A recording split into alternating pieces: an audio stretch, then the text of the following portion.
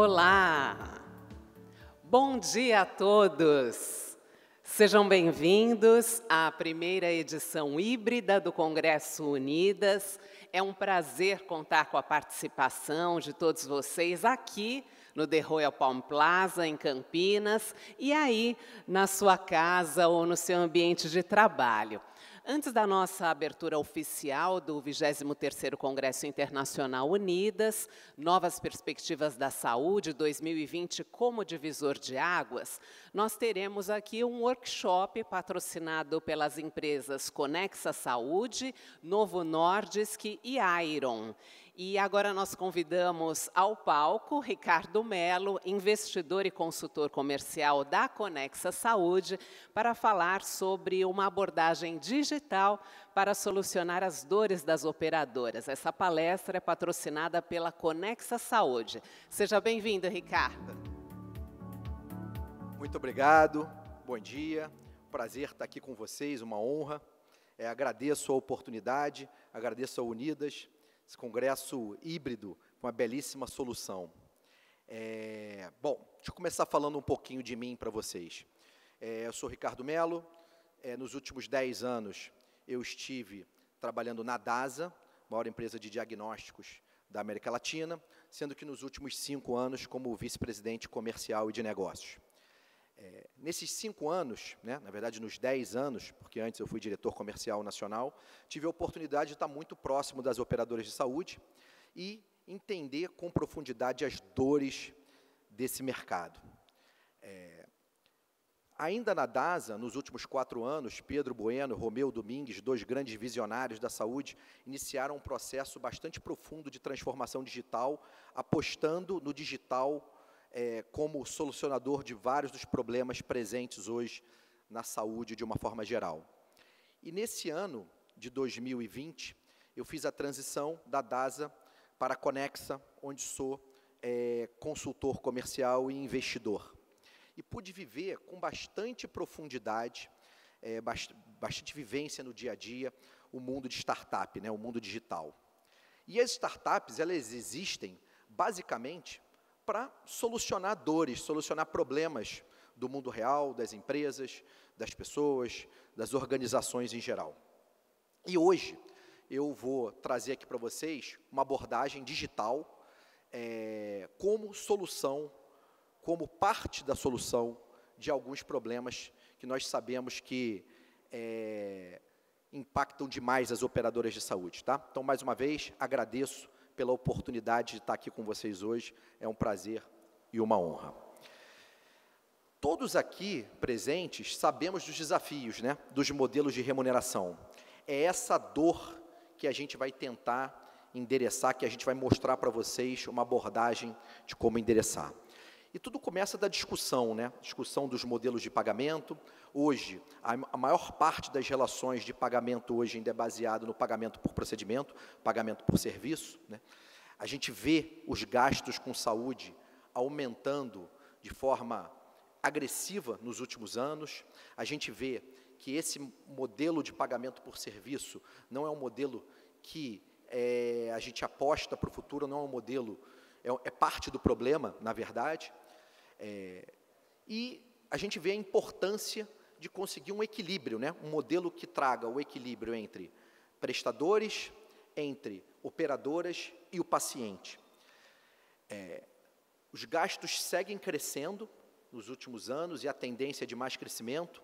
A gente está apontando aqui, alguns estudos apontam para 5 trilhões de dólares de gasto com saúde. A gente sabe que isso não é sustentável, a gente sabe que não há viabilidade para o custeio da saúde nesse modelo, nessa tendência, e que algo precisa ser feito. Quando a gente olha o Fee for Service, a gente vê claramente que ele é parte do problema, na medida que ele gera um conflito de interesse. Na medida que o prestador de serviço, quanto mais procedimentos ele faz, quanto mais serviço ele presta, mais ele se beneficia, mais ele ganha. E isso não necessariamente é o melhor para o paciente e muito menos para as operadoras de saúde. Então, a gente vê claramente um conflito de interesse e a ausência de indicadores qualitativos. Não existe um prêmio por qualidade na essência desse modelo. Então, é muito claro de que algo precisava ser feito. Isso não é uma novidade de hoje, eu estou só aqui equalizando informação, a gente já vive isso há anos, um debate extenso, e muitas iniciativas vêm sendo realizadas no Brasil e fora do Brasil, com o objetivo de buscar um modelo mais eficiente, um modelo de maior alinhamento, né? Hoje, quando a gente olha aqui o Fee-for-Service hoje ele é consequência de um baixo alinhamento com prestadores de serviço e iniciativas de coordenação de cuidado muito pobres, né? Isso é o que acontece, então, o modelo de Fee-for-Service ele é quase uma consequência dessa falta de alinhamento e da falta de coordenação de cuidado. Para que a gente possa ter um modelo mais sofisticado, um modelo mais eficiente e mais viável, o que a gente vê nesse gráfico é que isso não é viável, isso não é possível adotar um modelo mais eficiente, um modelo mais estruturado, um modelo mais sustentável, sem avançar na coordenação de cuidado e no alinhamento com os prestadores de serviço, tá?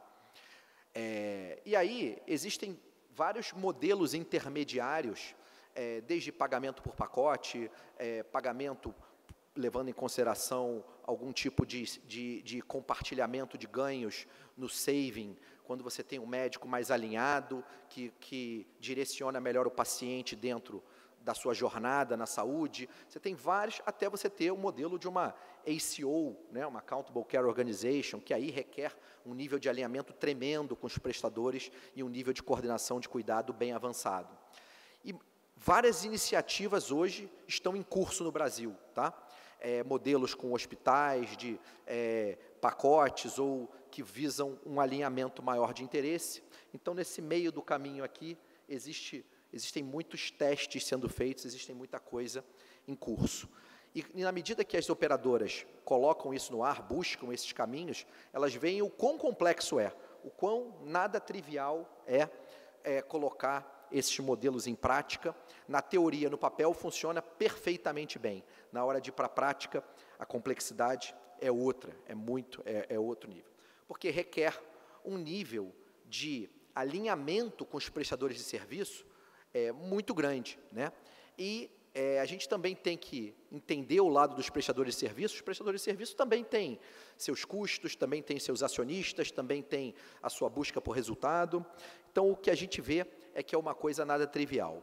E quando a gente fala de prestadores de serviço, é difícil não dar um olhar com lupa nos hospitais, porque a gente sabe que os hospitais são a maior conta hoje dentro das operadoras de saúde de uma forma geral.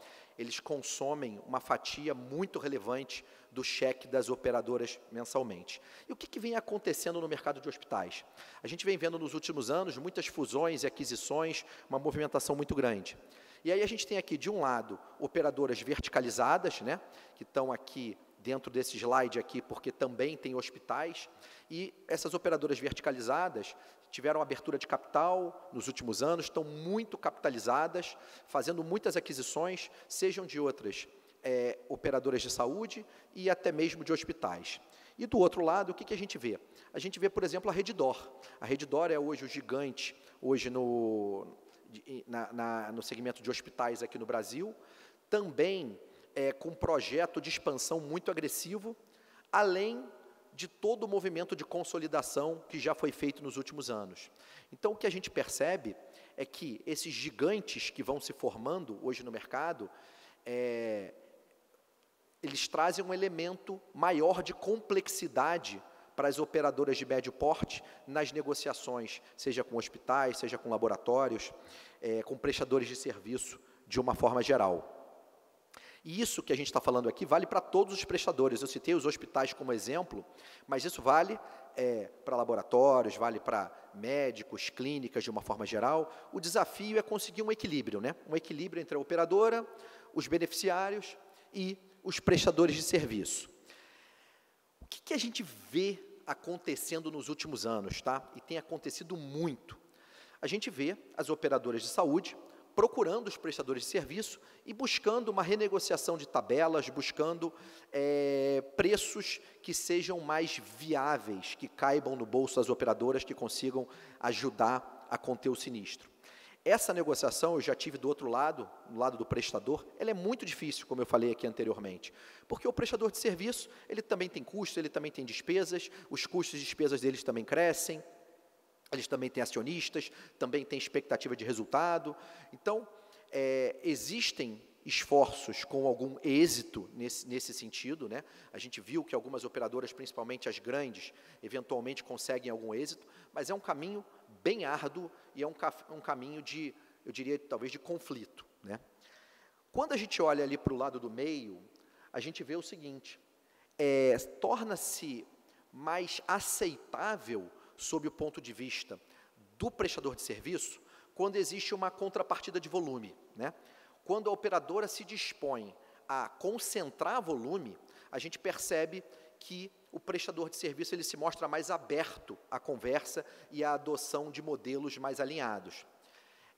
Só que isso também não é trivial, essa concentração de volume. Essa concentração de volume, quando ela envolve o descredenciamento de outras redes, descredenciamento de outros prestadores, você gera insatisfação dos beneficiários, tem questões regulatórias envolvendo, os produtos são produtos registrados na ANS, tem os prestadores já devidamente homologados e registrados nos produtos, então é um debate que não é trivial.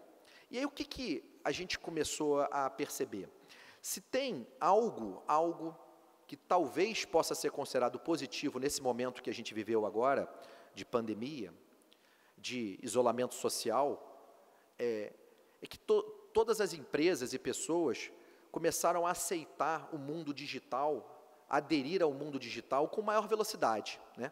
As barreiras foram quebradas por necessidade e você viu, tanto de um lado pacientes, clientes, quanto do outro empresas se propondo a fazerem um uso mais intensivo das ferramentas digitais para resolverem seus problemas. Está falando de integração de dados, digitalização, enfim, são N alternativas que podem ser feitas, que não requerem uma negociação desgastante entre operadora e prestador de serviço, e que podem dar uma contribuição muito relevante na solução dessa dor que a gente está vendo falar aqui. Então, a gente começa aqui agora a olhar para frente, olhar para o futuro, falar de alternativas para o futuro, tá? E aí, eu trago o primeiro ponto aqui para a reflexão do grupo. Quando a gente colocou ali taxas mais baixas são tarifas mais baixas, são preços mais baixos, né? O que é mais relevante? Ter preços mais baixos com os prestadores de serviço ou conseguir um uso otimizado, conseguir evitar o desperdício, né? Ali a gente colocou o hospital como exemplo, mas vale para todos os prestadores de serviço. E é óbvio que não é uma coisa ou outra, né? Na verdade, as operadoras de serviço podem e devem se esforçar nas duas direções, né? Tanto em negociação com a rede de prestadoras, mas também evitando o uso desnecessário. E esse evitar do uso desnecessário é o que eu quero chamar a atenção aqui hoje. Não requer uma negociação, você não tem um problema, você não tem um desgaste nem com o paciente, nem com o prestador, e você pode conseguir atingir o seu objetivo de redução de custo. Quando a gente fala de evitar o uso desnecessário, evitar uma ida desnecessária a um hospital, por exemplo, tem duas iniciativas que chamam muita atenção, que já vem à nossa mente, né? Uma é colocar uma camada de atendimento primário. Isso que eu estou falando aqui também não é nenhuma novidade, é algo que já vem sendo conversado há anos no mercado. E outro, cuidar da saúde e não da doença. Mecanismos, iniciativas de coordenação de cuidado que ajudem a evitar o agravamento do quadro dos pacientes crônicos, ajudem a evitar o alto custo, com benefício tanto para as operadoras de saúde, que evitam o alto custo, como um benefício para o paciente, que se cuida da doença dele e permite uma qualidade de vida melhor. Isso daqui também não é nenhuma novidade, né? O mercado está bem atento a essas duas oportunidades. A questão é a complexidade, os desafios de se conseguir implantar essas duas iniciativas. E aí eu vou trazer uma abordagem aqui para vocês de atendimento primário no modelo virtual, tá? A gente sabe que a gente tem hoje um modelo hospitalocêntrico aqui no Brasil, a gente sabe que o nosso paciente foi aculturado ao longo das últimas décadas a ver no hospital a sua emergência, né, o seu pronto-socorro. O paciente tem um problema de saúde, ele recorre ao hospital, à emergência, ao pronto-socorro. Essa é a cultura, né? E quando a gente fala de colocar uma rede física de atendimento primário, a gente tem esse desafio cultural. Então, as operadoras de saúde, algumas seguradoras, algumas operadoras de saúde, criaram as suas redes físicas de atendimento primário e, normalmente, elas têm um sucesso parcial nesse projeto, elas fazem um esforço muito grande para sugerir ao paciente que acesse essas redes de atendimento primário e, na verdade, elas enfrentam essa resistência por parte do paciente que foi acostumado ao longo de décadas a procurar o hospital. E um agravante para esse quadro é que essas redes físicas, elas ainda trazem mais custo fixo para as operadoras, trazem mais custo fixo para as operações. Então, se as operadoras se dispõem a montar redes de atendimento primário, se essas redes de atendimento não atingem a taxa de ocupação esperada, elas ainda correm o risco de, pontualmente, ser mais parte do problema, na medida que trazem mais custos. Então, realmente, é um problema nada trivial, e o que a gente está propondo aqui é a seguinte abordagem: por que não o atendimento primário de forma virtual? Um atendimento primário que não traga custo fixo e, ao mesmo tempo, não exija que o paciente se desloque até uma unidade. Porque, pensa bem, o paciente, ele tem, a gente conversa, a gente vê pesquisa, o paciente ele tem um pensamento, ainda tem, que é nocivo para o sistema, que é, já que eu vou me deslocar, já que eu vou sair de casa, eu vou para o local que vai resolver tudo. Eu vou para o hospital, porque lá eu resolvo tudo, né? Isso não é o melhor para ele, mas é como ele age hoje em dia. E quando você oferece uma alternativa para ele de ser atendido no conforto da sua casa, por um canal virtual, através de uma videochamada com um médico, aí o paciente vê vantagem, aí ele está vendo valor. Porque o paciente ele também não gosta de sair de casa e se deslocar doente. Se o atendimento médico vem até ele, através de um canal virtual, aí ele vê valor, aí ele adere. E aí a gente tem uma oportunidade de evitar essa ida desnecessária ao hospital. Então, quando a gente fala de atendimento primário online, PA virtual, a gente fala disso que eu acabei de dizer aqui agora. Não tem problemas ligados a agendamento, a disponibilidade altíssima, o paciente não precisa se deslocar, ele tem conforto e segurança em casa e não vai ter contato com outros doentes nas emergências hospitalares. A gente vê dados das operadoras de saúde de que, pós-pandemia, as consultas médicas já retornaram, as cirurgias já retornaram, mas a ida às emergências de hospital não retornaram ainda na plenitude. É o paciente com receio de se dirigir a uma emergência de hospital e contrair Covid, por exemplo, tá? Isso é uma oportunidade única, isso não está escrito no slide, mas isso é uma oportunidade única de aceleração desse processo de transformação cultural. Nesse momento que o paciente não deseja, quer evitar ir numa emergência do hospital, é o momento em que a gente tem que ter uma solução robusta, pronta, fácil, ágil, para que esse paciente mude a cultura e perceba de que isso não é um comportamento só durante o Covid, é daqui para frente. Daqui para frente, ele pode ter uma outra alternativa que não necessite da ida ao hospital. E eu estou focando no paciente, dizendo que isso para o paciente é muito bom, mas o benefício para a operadora de saúde também é muito grande. A gente sabe que o ticket médio de uma ida a uma emergência de hospital, se você colocar tudo na conta, que é como deve ser feito, colocar não só a consulta do clínico, mas todos os materiais e medicamentos utilizados, todos os exames feitos e etc., dependendo do acordo, essa ida, sei lá, vou dar aqui um número que eu entendo ser um número de mercado, mas sem ter a pretensão de ser o dono da verdade e estar corretíssimo, na minha cabeça é o que varia entre R$300 e R$800, essa ida ao hospital. E a gente está falando de um atendimento, de um PA virtual, que vai custar uma pequena fração disso, e com índice de resolutividade potencialmente muito grande, como a gente vai ver à frente, tá? Então, quando a gente propõe essa abordagem do atendimento virtual, do pronto atendimento virtual, eu acho que tem alguns desafios que têm que ser endereçados para que isso funcione, tá? Como eu coloquei, eu acho que a gente está no momento certo, na hora certa de aculturar os pacientes. Mas se a gente não tomar cuidado com SLA, com o tempo de atendimento que esse paciente vai esperar para ser atendido no canal virtual, a gente pode estar dando um tiro no pé. Se você vai atender um paciente, você só atende a ele com uma enfermeira e remarca essa consulta para dali algumas horas, ele pode se sentir perdendo alguma coisa. Não, se eu fosse no hospital, eu tinha um médico, tinha toda a equipe, tinha tudo lá.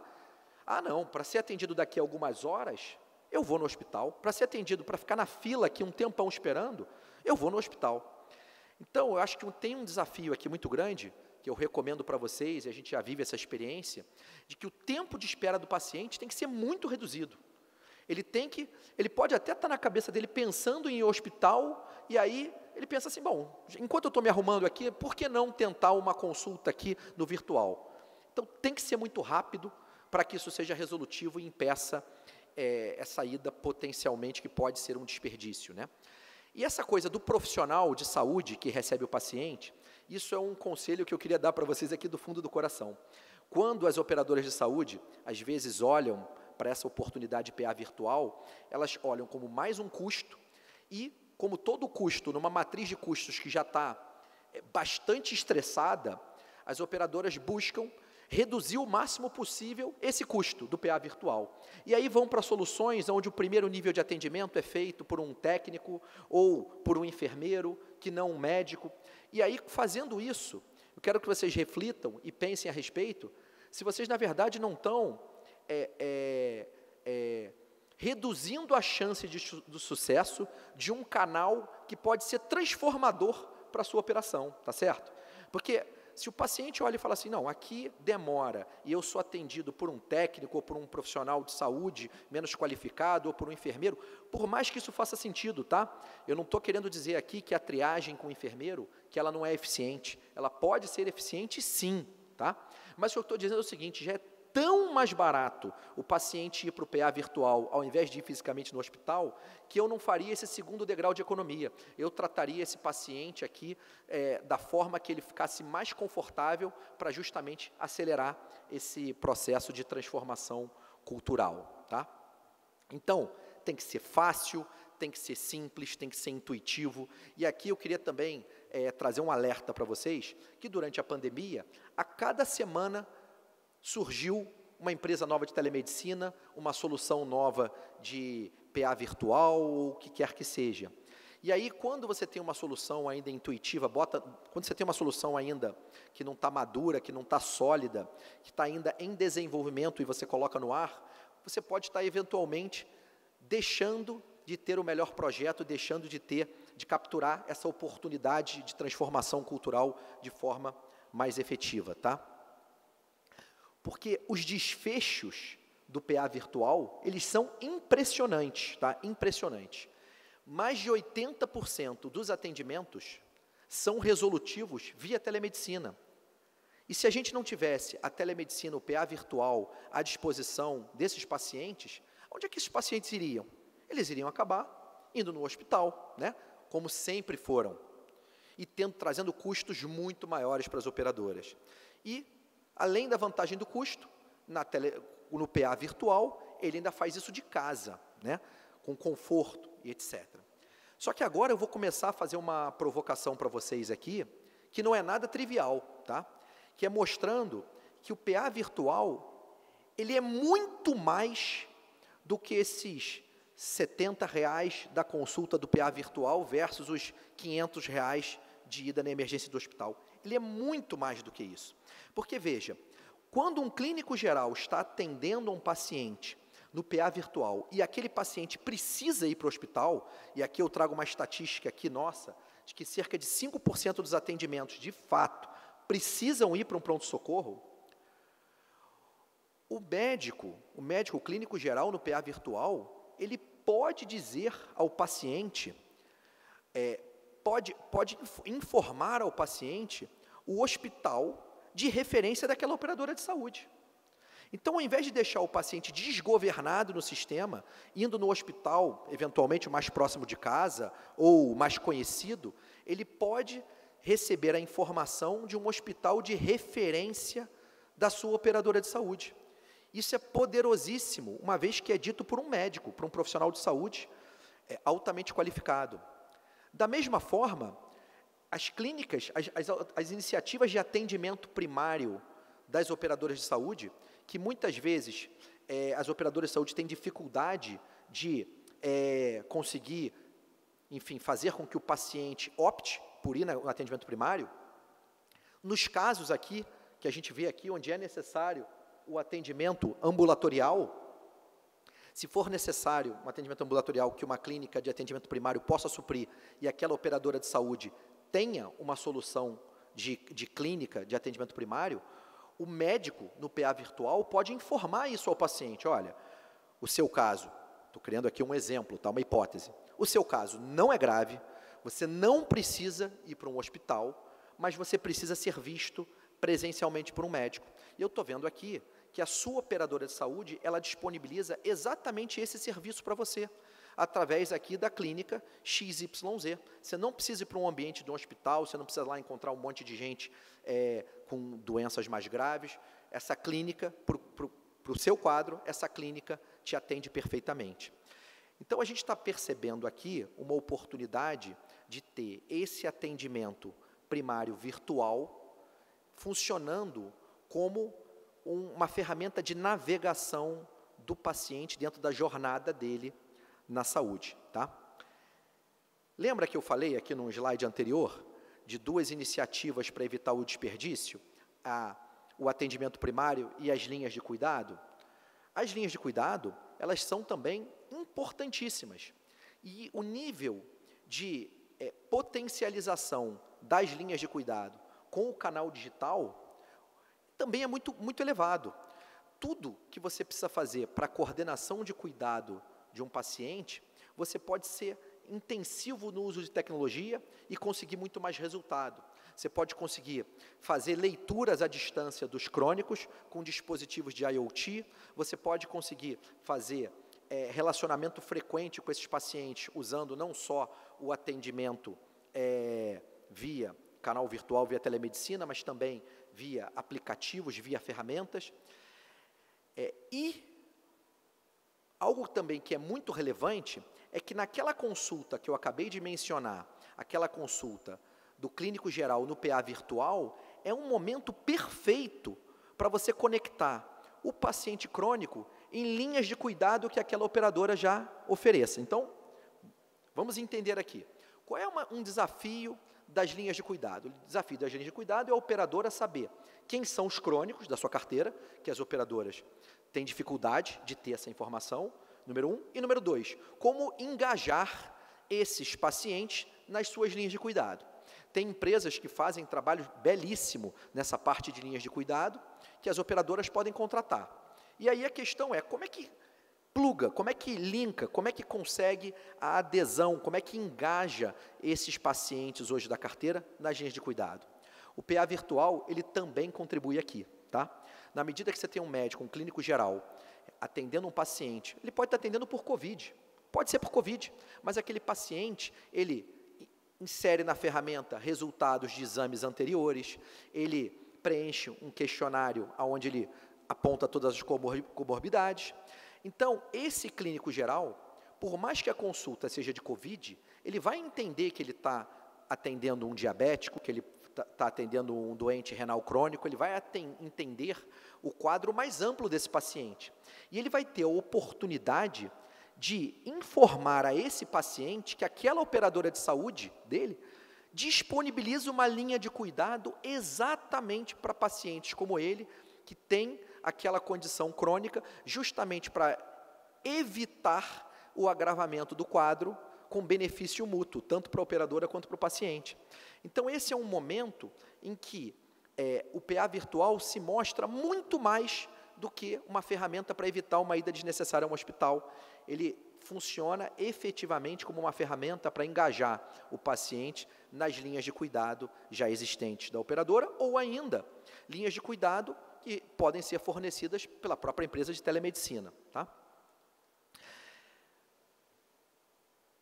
Aqui, eu estou trazendo para vocês um resumo disso que eu coloquei, tá? Você tem um paciente com uma queixa, e ele usa um aplicativo ou um computador para buscar uma consulta com um generalista. Esse generalista, ele é resolutivo, como eu já mostrei lá em 80% dos casos. Só que, além de ser resolutivo e atuar naquela queixa pontual do paciente, ele pode fazer muito mais do que isso pelo paciente. Ele pode indicar um especialista referenciado pela operadora de saúde, que atue com aquela operadora de saúde no modelo de value-based, no modelo premiado pelo desfecho, pela qualidade. Ele pode indicar, informar que aquela operadora, como eu falei, tem uma clínica de atendimento primário disponível e que o caso dele é perfeitamente solucionável numa clínica, que ele não precisa ir em um hospital. Ele pode pedir autorização, olha que bacana. Nesse momento em que a gente tem um médico atendendo um paciente, numa consulta de PA virtual, ele pode perguntar para o paciente, pode pedir autorização para o paciente, para que os dados daquela consulta e os dados do paciente sejam remetidos para a operadora de saúde, tá? Ou seja, o paciente que se logou no aplicativo para fazer a sua consulta, com seu login, com a senha devidamente autenticado, ele pode clicar num checkbox autorizando a empresa de PA virtual, a empresa de telemedicina, a divulgar, a repassar as informações dele para a operadora de saúde, para que a operadora de saúde possa ter conhecimento que esse paciente é um crônico, que esse paciente é um paciente que requer cuidado e abordá-lo ativamente, convidando para aderir às linhas de cuidado, tá?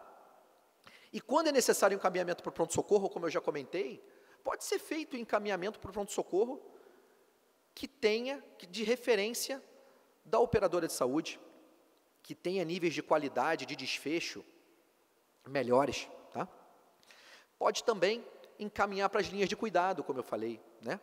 E pode também indicar para laboratórios que sejam referenciados pelas operadoras de saúde. Então, o que eu quis mostrar para vocês aqui é que o PA virtual, hoje, a gente está num momento em que o paciente ele está altamente propenso a aderir a canais digitais. Esse é o momento para as operadoras de saúde botarem em prática projetos bem estruturados de PA virtual e conseguirem essa transformação cultural, porque os ganhos são enormes, tá? Acredito hoje que a grande maioria das operadoras já tem algum tipo de solução de PA virtual, algum tipo de solução de telemedicina. A recomendação que eu quero fazer aqui é que, dependendo da solução, se for uma solução ainda em experimentação, uma solução que não seja completa, vocês podem estar perdendo uma belíssima oportunidade. Se a experiência do paciente não for encantadora nesse momento, você perde uma belíssima oportunidade de transformação cultural com esse paciente. Então, nesse momento, eu buscaria, como operadora de saúde, uma solução muito bem estruturada e faria todo o esforço possível de divulgação dessa ferramenta para conseguir a transformação cultural. E faria um alinhamento com a empresa de telemedicina, com o PA virtual, para potencializar todo o ganho que se pode extrair dessa ferramenta, que é muito representativo, tá? E, por fim, eu queria passar para vocês aqui alguns alertas que eu não posso deixar de fazer, tá certo? Como profissional da área, na escolha de uma ferramenta de telemedicina de PA virtual, claro que o que eu falei é onde estão os ganhos, né? Os ganhos estão em evitar a ida desnecessária para o pronto-socorro, ou ir no hospital de referência, ou ser plugado na linha de cuidado que a operadora já disponibiliza, ou pedir, ou entender se a empresa de telemedicina já tem linhas de cuidado, enfim. Esses são os maiores ganhos, tá? Mas, por exemplo, nada disso faz sentido se não houver segurança de dados. Se a empresa de telemedicina, do pronto atendimento virtual, não for HIPAA compliance, se não respeitar a LGPD, vocês podem estar abraçando um grande problema, tá certo? Então, estou encorajando vocês a adotarem as soluções, mas com responsabilidade, com cautela, na escolha da solução. Uma vez escolhida uma solução que atenda bem e que seja segura, mergulhar no projeto com todo o entusiasmo, com todo o foco, que pode ser, como eu falei, transformador, né? Entender se a ferramenta tem relatórios que te permitam alocação dos custos das consultas nas suas devidas carteiras, controle de sinistralidade, pagamento médico, quando for o caso, enfim. Entender se a ferramenta te supre nas suas necessidades internas de controles, né? Entender se como essa questão de relatórios gerenciais populacionais, tá? Uma vez que você adota uma solução de PA virtual em larga escala, você ganha uma oportunidade ímpar de monitorar como está a saúde da sua população através de relatórios de gestão populacional, desde que a ferramenta contemple isso, né? Dashboards, analíticos, enfim. Informação hoje, dados, é o que é necessário para se gerir bem, para a efetiva tomada de decisão. Então, isso é super importante, tá? E histórico do paciente. E como eu falei, acho que vale uma provocação para a tua parceira de telemedicina, se ela não pode pedir para o paciente a autorização para disponibilizar o histórico de dados dele para você, operadora. As operadoras precisam muito das informações dos pacientes para poder tomar as melhores decisões e fazer a melhor gestão. Só que as operadoras não têm acesso a esse dado. Mas será que isso não pode ser solicitado ao paciente, essa autorização, e será que esse paciente não pode autorizar? Enfim, tem muitas oportunidades aqui, tá? A gente está num momento de transformação do mercado e eu recomendo que vocês não deixem passar essa oportunidade, tá? Falando aqui rapidamente sobre mim, eu sou formado na UFRJ, sou formado em Ciência da Computação, trabalhei na Ernst Young, no Itaú Unibanco, na General Electric, nos últimos 10 anos na DASA, sendo que os últimos 5 eu fui vice-presidente comercial e de negócios. Lá tive a oportunidade de trabalhar com pessoas brilhantes como Pedro Bueno e Romeu Domingues, a quem sou muito grato. São 2 pessoas de referência no sistema de saúde, 2 visionários que estão o tempo todo nos estimulando a abraçar as transformações que tanto precisam ser abraçadas. E agora, nesse ano de 2020, me tornei investidor da Conexa e também um consultor na área comercial. E estou encantado com o que eu estou vendo não só na Conexa, mas no mercado, nessa transformação, na adoção de telemedicina e nos canais virtuais, e acho de verdade que uma parte da solução, não quis dizer em nenhum momento que a solução completa está aqui, mas que uma parte da solução está aqui hoje, no que eu estou mostrando para vocês, tá? Deixei meu contato, deixei meu telefone, caso alguém precise entrar em contato, tenha alguma dúvida, queira esclarecer alguma coisa, tá? Então, eu queria agradecer mais uma vez a organização do evento, foi um prazer enorme estar aqui com vocês, falar para vocês, eu tenho um carinho muito especial pela Unidas, tá? Acho que a Unidas faz um trabalho brilhante de tentar congregar essas empresas de autogestão, que na verdade são operadoras de saúde, algumas de tamanho grande, como a Cassi, mas muitas de tamanho médio e até porte pequeno, e a Unidas busca, a união desse grupo busca trazer soluções que atendam o grande, o médio e o pequeno também, busca trazer tecnologia para vocês, busca trazer projetos vencedores. Então, gostaria de parabenizar a Unidas, ao corpo diretivo, o presidente da Unidas, por essa iniciativa, tá? Mais uma vez, então, muito obrigado, foi um prazer estar aqui com vocês.